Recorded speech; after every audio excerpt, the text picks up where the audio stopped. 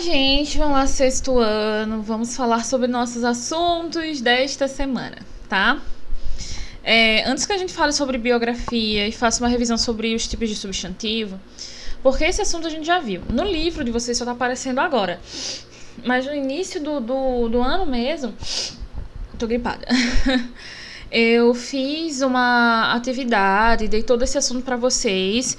Então a gente só vai revisar para que vocês façam a atividade que tá no livro, mas esse assunto já foi dado, tá? E aí, antes de chegar em biografia, nessa revisão sobre substantivos, sobre tipos de personagem, que foi um assunto que a gente também já viu, né? Eu quero fazer alguns apontamentos sobre algumas atividades, certo? Ó, na página 48, nas últimas aulas a gente falou sobre pontuação e sobre tipos de frases. Na página 48, eu pedi para que vocês fizessem uma atividade e eu até comecei a responder com vocês, para dar o pontapé inicial, tá? E agora, rapidamente, eu só vou dar o gabarito para vocês, porque eu até expliquei o início da atividade na outra aula, então é a atividade de pontuação, tá bom? Tem um texto que é de uma fábula da Raposa e das Uvas, e a questão é assim: agora escreva a qual sinal de pontuação destacado no texto cada explicação a seguir se refere. Abram lá na 48, tá? E tem assim, letra A, indica que o personagem vai falar. 2 pontos, tá? Depois, tem até a frase do texto assim: depois de muito tentar, foi-se embora dizendo. 2 pontos. Então, indica que alguém vai falar. 2 pontos. Marca o início da fala do personagem. Travessão. O travessão sempre marca o início das falas, tá? Algumas vezes o final, quando essa fala tá dentro de um parágrafo também. Finaliza a oração. Ponto final. Eu falei pra vocês. Final de enunciado, declarativo, ponto final. Separa elementos em uma enumeração. Eu também expliquei isso na outra aula, quando a gente vai separando coisas em sucessão, vírgula, tá? Então, letra D, separa elementos em uma enumeração, vírgula. Indica que a frase não foi concluída. Reticências, aqueles 3 pontinhos, tá? Vem uma explicação sobre sinais de pontuação, né? O livro de vocês até fala de interrogação, aspas. Na página 49 tem assim, número 2. 49, tá? Relacione os exemplos abaixo com as alternativas a seguir e verifique que uma frase pode apresentar sentidos diferentes, dependendo de como está pontuada. Então, no número 2 tem a letra A e a letra B. E aí a gente vai dizer a equivalência, tá? A letra A é assim: meu pai chegou, não vou esperá-lo. Meu pai chegou, não vou esperá-lo. Tá? Tem uma pergunta, meu pai chegou. E tem uma exclamação, não vou esperá-lo.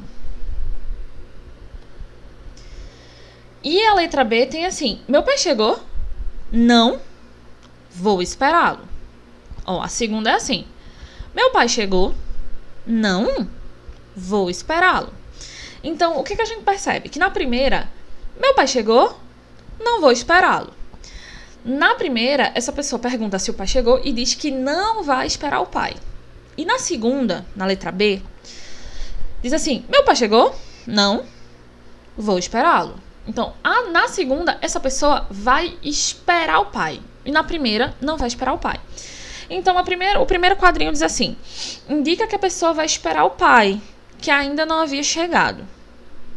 Letra B, essa é a letra B, tá? Indica que a pessoa vai esperar o pai, que ainda não havia chegado. Letra B. Indica que a pessoa não vai esperar o pai. Letra A, tá? Então, ó, B e A. Aí, tá? Tomando água no meu copinho bonito. Eu tenho mais uma câmera, aí eu apontei pra aquela, mas na verdade é essa. Ó, ainda na página 49 vem dizendo assim. Eu tô olhando pro lado porque eu tô lendo o livro, tá? E vocês também se atentem na atividade de vocês. Leia o anúncio ao lado, que é assim, esse anúncio é assim mesmo, com uma série de pontos, um atrás do outro, porque é para lembrar a você que hoje é dia de homenagear o motorista de ônibus.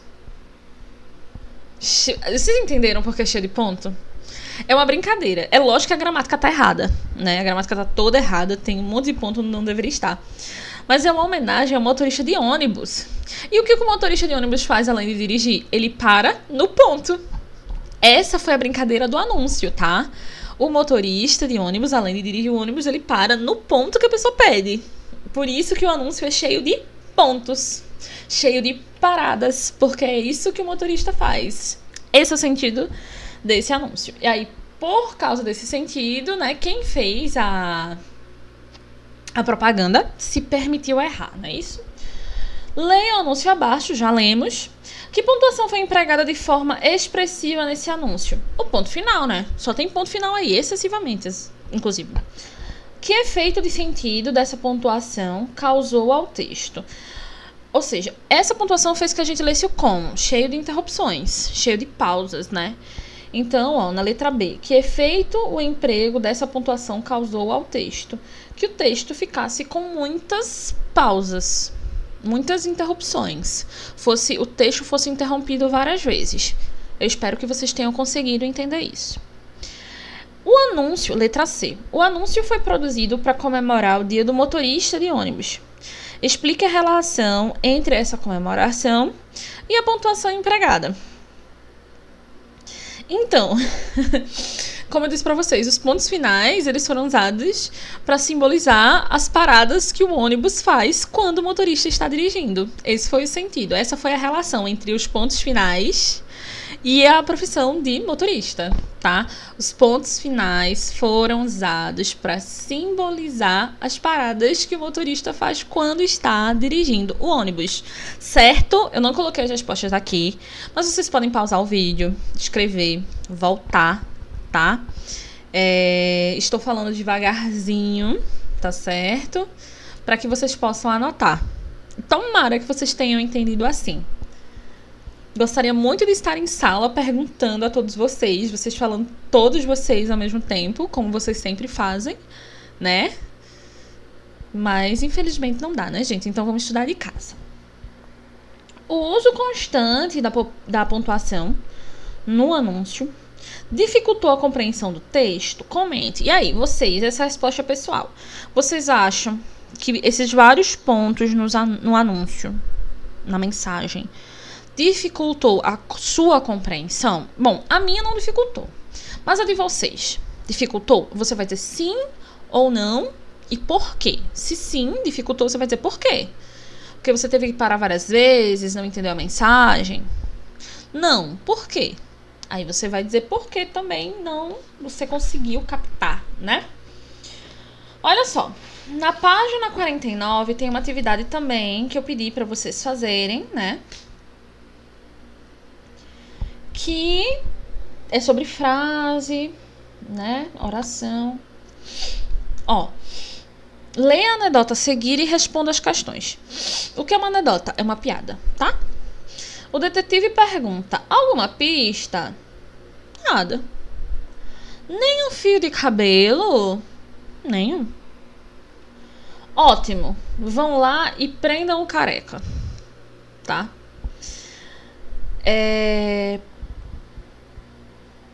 E aí, o que é que vocês entenderam dessa anedota que não é do tempo de vocês? Vocês entenderam alguma coisa dessa piadinha que não é do tempo de vocês? Ó, tem até uma ilustração de um careca e um detetive, né, em cima. Ó, alguma pista? Nada. Nenhum fio de cabelo? Nenhum. Ótimo, vão lá e prendam o careca. Vocês entenderam? É porque é o seguinte, muitas vezes, quando um crime é investigado, o que é que se procura? Cabelo, né?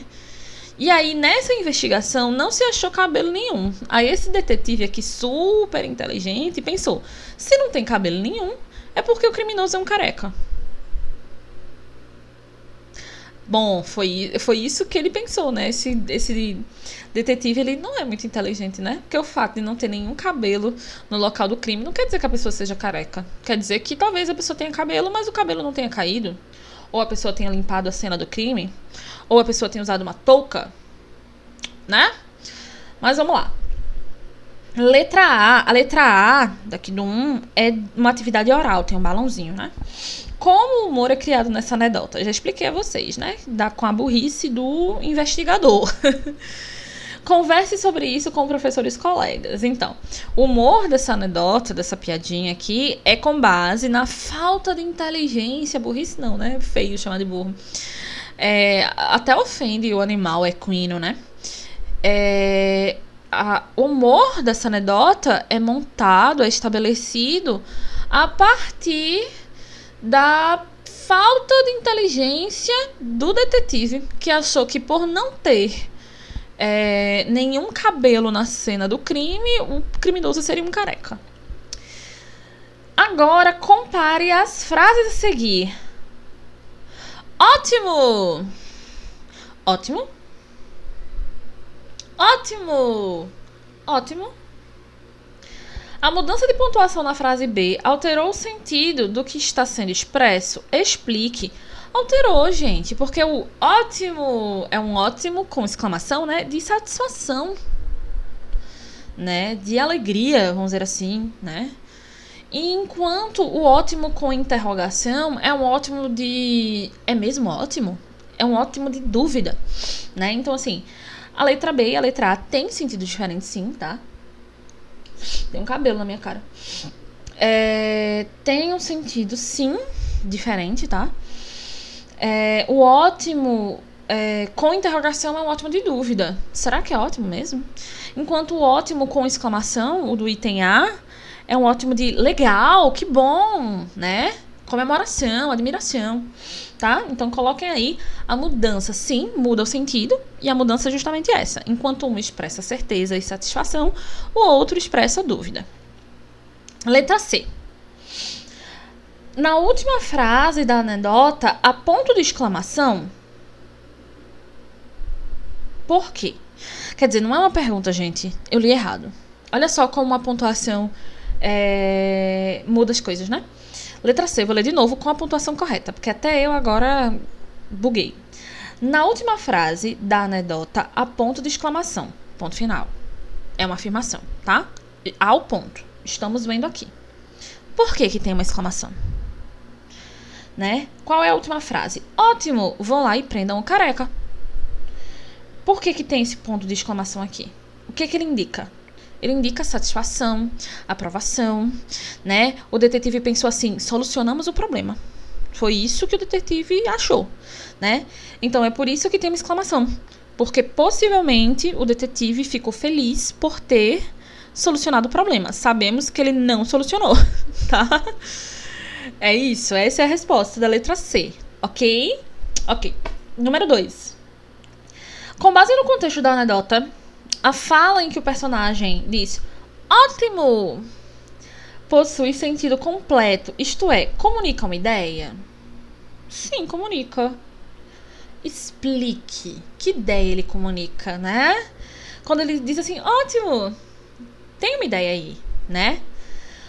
E aí, qual seria a ideia? De que pra ele tá tudo bem, de que pra ele foi ok, de que ele gostou da resposta, achou a resposta satisfatória, que com aquele sinal que o ajudante dele possivelmente deu, né, de não ter achado nenhum cabelo, ele achou que já tinha solucionado tudo. Então, sim, o ótimo tem uma mensagem completa, porque a gente consegue ver que ele ficou satisfeito com o resultado da investigação do auxiliar dele, que não achou cabelo nenhum. Não é isso? Olha só. E aí vem uma definição de frase. Essa definição de frase eu já dei a vocês em outra aula, né? A gente já conversou sobre o que é frase, sobre o que é oração, sobre o que é período. Não é isso? Olha só.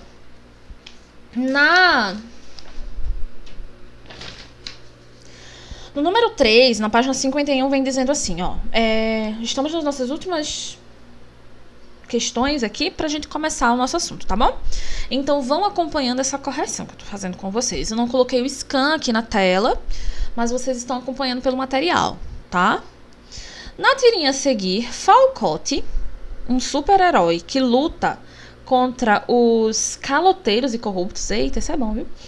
Mostra a sua esposa o presente que ganhou de outro herói, o Super-Homem. Leia e responda as questões. Família Falcote. Olha, ganhei uma cueca de presente do nosso amigo Super-Homem. Que legal! E ele disse alguma coisa? Sim, usar por cima da calça.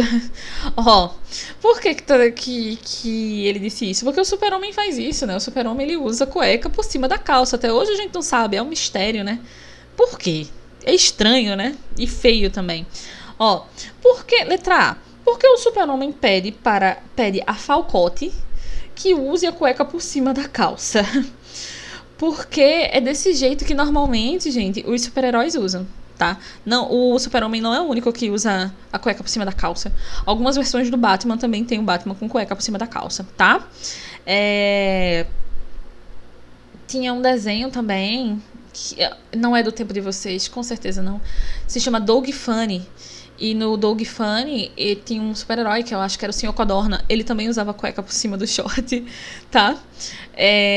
A maioria dos heróis usa cueca por cima da calça, e foi por causa disso que o Super-Homem pediu pro Falcote fazer a mesma coisa, pra ele ficar igual aos super-heróis famosos, que usam cueca por cima da calça, tá? Analise a fala e a expressão de Falcote no primeiro quadrinho. Que sentimento elas expressam? Que sinal de pontuação foi empregado na fala dele? Gente, na fala do Falcote, se vocês olharem, foi o quê? Exclamação, né? Que é aquele ponto longo e pá. Olha, ganhei uma cueca de presente do nosso amigo Super-Homem. Isso indica o quê? Que ele ficou feliz, ele ficou entusiasmado, né? De ter ganho um presente, de ter ganhado um presente, tá? Ganhado. Ó, a fala. E ele disse alguma coisa? Dita pela esposa de Falcote no primeiro quadrinho, expressa qual ideia? Uma ideia de uma pergunta, né? A ideia de um questionamento. Essa é a ideia da frase dela, uma frase interrogativa, tá?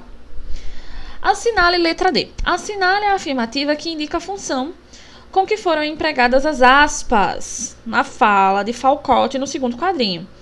Indicar que Falcote gritava? Foi por causa disso que usou as aspas? Não. Introduzir uma explicação? Também não. Indicar que Falcote reproduzia a fala do Super-Homem? Essa mesma, tá? Foi usado as aspas porque ele falou o que o Super-Homem disse a ele. Entenderam? E aqui terminamos nossa atividade. Vamos lá? Vamos revisar o nosso assunto? Gente, na página 57 tem uma atividade que eu tô passando pra vocês, tá? A gente já estudou fábula, né? A gente já estudou conto, só que conto a gente estudou no livro de produção textual, só que esse livro de português também tem conto, só que foi um assunto que a gente estudou no outro livro, mas a gente estudou de qualquer maneira, tá bom? Na página 57, 58 e 59 tem um conto dos irmãos Grimm, tá? Que vocês poderiam ler junto com os pais de vocês ou com um irmão mais velho, tá? Pra quê? Pra que os pais, pra que o irmão mais velho ou o irmão mais novo, não sei, possam compartilhar essa leitura com vocês, né? Pra que eles possam ver se vocês estão lendo direitinho, respeitando as vírgulas, os pontos, tá? As interrogações, tá? Então, o texto é da página 57 a 59. E a atividade é na página 60, tá? Vem falando um pouquinho sobre a interpretação do texto, tudo bem? Quem são os personagens, o que eles fazem. E um pouquinho mais à frente vem um assunto que a gente já estudou. A gente já estudou, tá? Mas assim, na 62 vem a estrutura do conto, que eu lembro que em sala eu já falei com vocês. E, se não me engano, a gente fez exercício sobre isso no livro de produção textual, tá? Na página 62 tem as partes do conto. A situação inicial, o conflito, o clímax e o desfecho. Eu lembro que eu copiei no caderno sobre isso, tá? E o que é a situação inicial de um conto? Só revisando antes de chegar nos personagens. O que é a situação inicial de um conto? São os primeiros acontecimentos até acontecer algo de errado, tá? Por exemplo, eu lembro que na aula eu dei o exemplo da Chapeuzinho Vermelho, né? Chapeuzinho Vermelho precisa levar doces pra vovó. E aí ela tá lá andando e tudo mais, não encontrou o lobo ainda, essa é a situação inicial. a partir do momento que o lobo a vê, né? Isso já é o conflito, tá? Alguma coisa vai mudar ali, tá certo? O clímax é o momento mais importante de tensão, né? Quando a gente pensa na história do Chapeuzinho Vermelho, qual é o clímax? É quando o lobo chega antes dela, na casa da avó, né? Engole a avó e fica esperando o Chapeuzinho pra engoli-la, né? E a gente fica naquela tensão, eita, Chapeuzinho, não entra não, né? Não acredita nesse lobo não, né?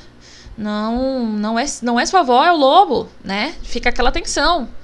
Então esse é o momento de clímax do conto. Então a situação inicial é quando nada de errado aconteceu. O conflito é quando a coisa muda de figura, vamos dizer assim, tá? No conto do Chapeuzinho Vermelho é quando o lobo, ele... essa menina aqui, né? Vou chegar antes. Vou comer a família toda, né? Aí você fica, eita, e agora? Não é isso?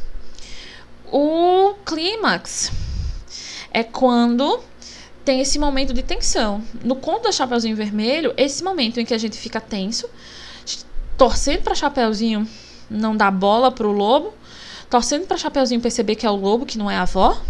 E a gente, ai meu Deus, será que o lobo vai concretizar aí o plano sórdido dele, né? E o desfecho, né? O desfecho é o quê? É o final. No caso do conto da Chapeuzinho Vermelho, o desfecho é o quê? É a solução. Vem o lenhador, salva todo mundo, tá certo? Esse conto que vocês vão ler também tem uma situação inicial, um conflito, um clímax e um desfecho. E vocês vão ter que tomar cuidado em que situação, quando é isso, quando é aquilo, certo? Na atividade de vocês vem uma questão falando só sobre isso. E como eu não sei se vocês iam lembrar dessas partes, porque já faz tempo que a gente estudou, eu estou repetindo agora, tá? Qualquer coisa, na hora que for responder as questões, vocês revejam esse vídeo para ficar mais claro, tá?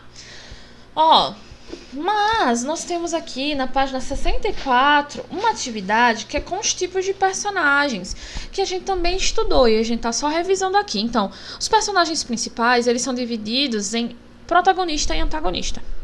O protagonista, o personagem principal, normalmente a narrativa é sobre ele e normalmente ele é bom, tá? Normalmente ele é bom.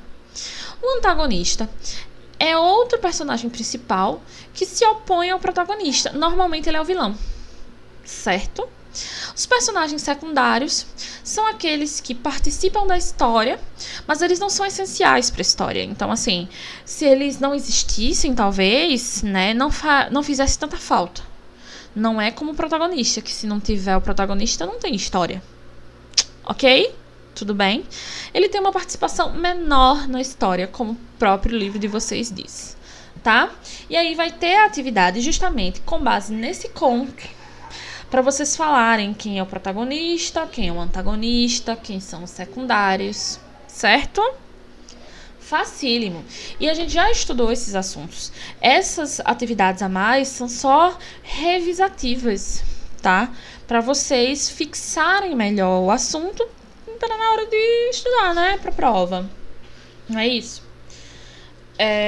E aí, na próxima aula eu vou fazer a correção, tá certo? E aí a gente vai falar sobre biografia. Gente, biografia é um gênero textual, tá? Que com certeza, na página 70, tá? Peguem aí pra mim, por favor.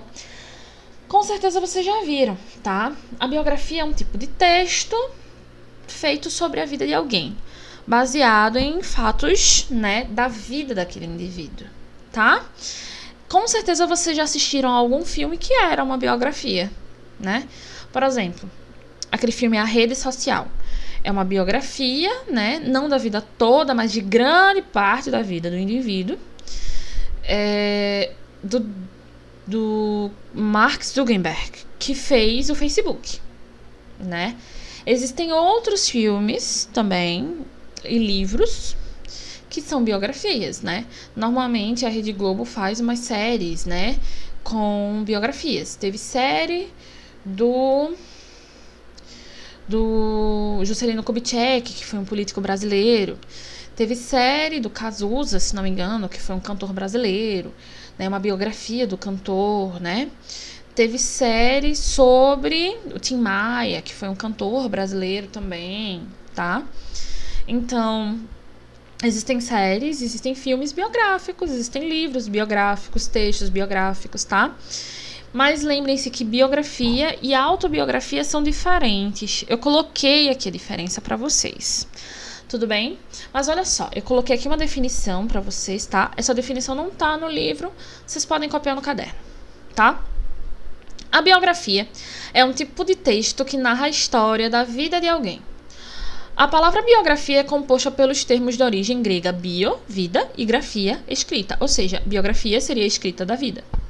Características, né, da biografia: é um gênero narrativo, conta uma história, né? É um texto narrado em terceira pessoa. Lembrem-se disso, a biografia é em terceira pessoa, tá?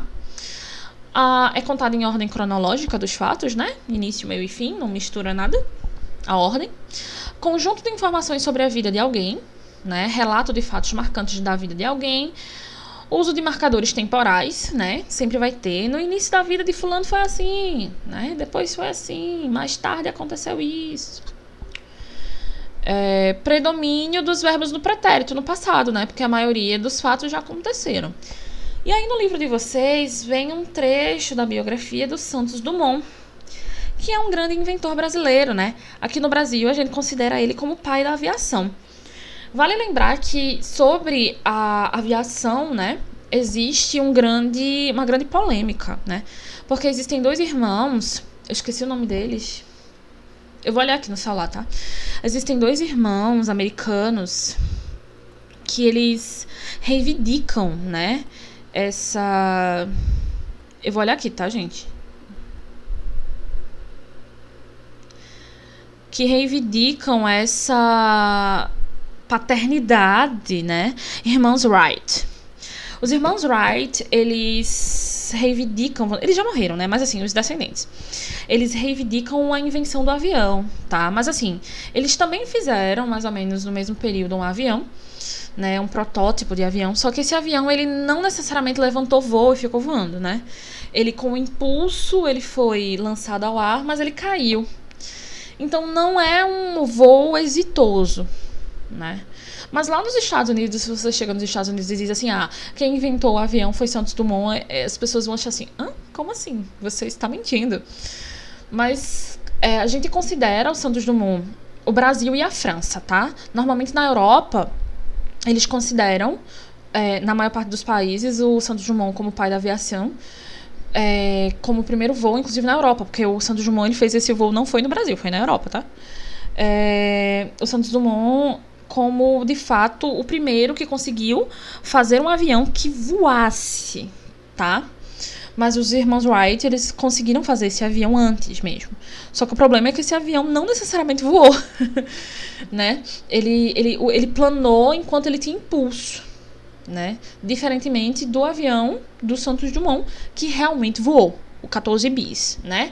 Então, se alguma pessoa chegar para vocês e dizer que Santos Dumont não é o pai da aviação, aí vocês explicam por que a gente considera ele, e a maior parte dos países da Europa consideram ele como pai da aviação, porque ele foi o primeiro que fez um avião que voou de verdade, tá? Aqui tem um trecho da biografia dele. E se vocês forem ler, vocês vão ver que ele fez várias outras coisas. Ele fez dirigível, ele fez relógio, não lembro se foi o relógio de pulso ou se foi o relógio pequenininho, mas antes só tinha relógio grande e ele conseguiu fazer um relógio pequeno. Relógio porque não era exatamente de pulso, eles carregavam no bolso o relógio, tá? Mas aqui o texto sobre o Santos Dumont vem várias e várias curiosidades sobre esse inventor brasileiro, tá? Que é tão pouco reconhecido fora do Brasil, né? Porque vocês sabem que americano e estadunidense adora dizer que eles fizeram as coisas primeiro, mas nesse caso não foi, tá? E aí no livro de vocês vem dizendo assim, ó: o texto a seguir apresenta a biografia de Santos Dumont, um dos mais importantes inventores brasileiros de todos os tempos. O que ele fez para ser considerado tão importante? Eu já expliquei a vocês e eu acho que vocês já sabiam. que tipo de informações sobre Santos Dumont você espera encontrar nesse texto? E aí eu deixo pra vocês. Vocês acham que vocês vão encontrar mais sobre a vida dele? Ou sobre as invenções dele, o trabalho dele, né? A gente sabe muito pouco sobre a vida dele. Será que ele era casado? Será que ele tinha filhos? Será que vamos descobrir isso nesse texto dele? Sobre essa mini biografia dele? Vocês vão descobrir quando lerem. Ó. E aí eu coloquei aqui a diferença entre biografia e autobiografia pra gente ter muita certeza e não confundir as coisas. Na biografia, é um escritor ou um jornalista que faz a biografia de alguém, tá?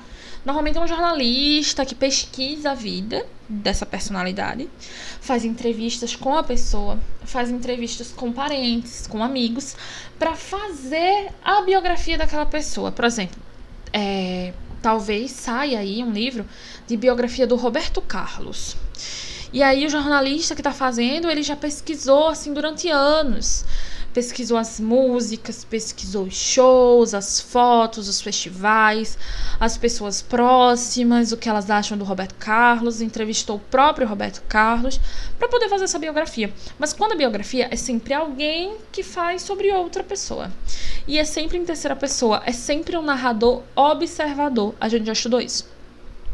A autobiografia é quando a pessoa conta a própria história dela, tá? Por exemplo, aquele ator, Lázaro Ramos, ele fez a autobiografia dele. Ele escreveu um livro onde ele fala sobre a própria vida, tá? E existem vários youtubers aí que vocês conhecem. Eu acho que a Larissa Manoela, que é atriz também, ela fez uma biografia dela, da adolescência dela, da vida dela até a adolescência, né? Eu acho que outros youtubers fizeram também. Eu acho que talvez aquela VTube tenha feito. Eu tô citando exemplos que talvez vocês conheçam, tá? Uma autobiografia. Ok. E aí vocês vão fazer a atividade sobre biografia e sobre autobiografia, tá? E na próxima aula eu também vou fazer essa correção oral que eu fiz com vocês hoje, tá bom? E agora, o que a gente vai fazer? Ai, meu Deus, página 76. A página 76 tem uma atividade de um assunto que a gente já estudou, tá? Que é substantivo, foi o primeiro assunto de gramática que a gente estudou, não é isso? E eu falei pra vocês, o substantivo é a classe e palavra que dá nome aos seres, aos objetos, aos sentimentos, tá? A ações, tudo que é nome, todas as coisas que tem nome são substantivos. Ó, isso aqui é um controle, tá? Controle é um substantivo, tá? E isso aqui é um telefone. A palavra é o nome disso. Telefone é um substantivo, né? O nome disso aqui é remédio. Remédio, tá? Remédio é um substantivo. Tudo bem? O nome disso aqui, ó, é adaptador. Adaptador é um substantivo, né? Isso aqui, ó, que eu tô na mão, que vocês adoram, é um anel. O meu anel de colher, o meu famoso anel. Anel é um substantivo. Todos os nomes de coisas, de pessoas, de lugares, de seres são substantivos, certo? Eu acho que isso vocês já entenderam. Os substantivos, eles podem se flexionar em gênero, ou seja, masculino e feminino, né? Como saber? Coloco o artigo antes. Planta. Não sei se planta é masculino e feminino. Como é que eu falo? A planta. Então, se a planta é feminino, tá? O relógio. Ó, eu uso o relógio, tá? Masculino, tudo bem? Se flexiona em número também. Número é singular e plural, tá? Um menino, singular. Dois meninos, plural, tá? Deixa eu pegar aqui.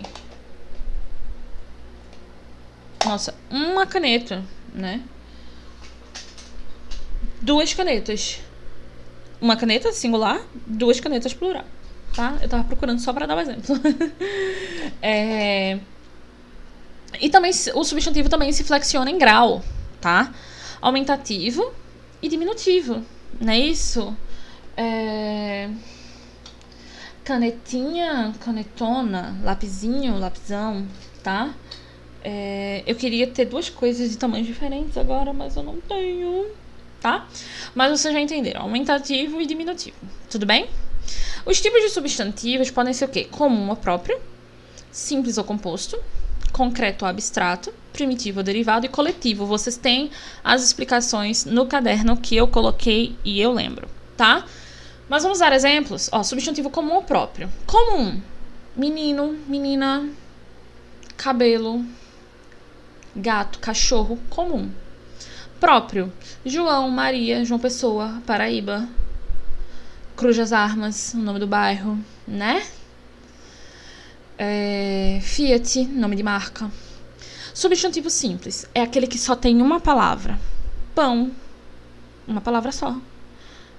Menino, uma palavra só. Pé, uma palavra só. Composto é o que tem mais de uma palavra. Pé de moleque. Cana de açúcar. Girassol, que é gira mais sol. Certo? Aguardente, que é água mais ardente. Lembram-se disso? Pão de ló. Composto também. Então, toda vez que um substantivo tiver mais de uma palavra, ele é composto. Passatempo, que passa mais tempo. Embora eles estejam juntos numa palavra só, a gente consegue perceber que foram duas que foram unidas, tá? Substantivo concreto é aquele que tem representação, que você pode tocar, você pode ver e que você pode representar, né? Copo é concreto. Telefone é concreto. Dragão é concreto, porque eu consigo representar, né? Abstrato: amor, paixão, angústia, fé. Abstrato: eu não posso ver, eu só sinto, é um sentimento, né? Pobreza, riqueza. Eu vejo pessoas pobres e vejo pessoas ricas, mas a pobreza mesmo, sem a existência de pessoas, eu não sei como é que é, tá? Substantivo primitivo é aquele que é o primeiro no campo semântico dele. Café. Derivado: cafezal, cafeteira. Derivado: cafeteria, tá? Primitivo: banana. Derivado: bananada, bananeira, bananal, tá? Primitivo: pedra. Derivado: pedreiro, pedraria, pedregulho. Primitivo: fogo. Derivado: fogaréu, foguinho, tá? E o substantivo coletivo é aquele, tá certo, que denomina um grupo. Um grupo de cães, matilha. Um grupo de lobos, alcateia, né? Um grupo de flores, ramalhete ou buquê, tá? Um grupo de ilhas. Eu lembro que eu fiz essa atividade com vocês. Arquipélago, lembram-se disso? Foi no caderno, a gente fez, corrigiu bem direitinho. Eu fiz uma atividade enorme sobre isso. Vocês responderam, eu corrigi tudo direitinho no caderno. Essa é a hora de revisar. E aí o assunto não vai ser tão difícil no livro. Vocês têm uma atividade agora no livro sobre isso, ok? Ok, então, gente, essa foi nossa aula. Qualquer dúvida, vocês coloquem lá no Iônica e a gente vai conversando por lá. Um beijo e até a próxima aula.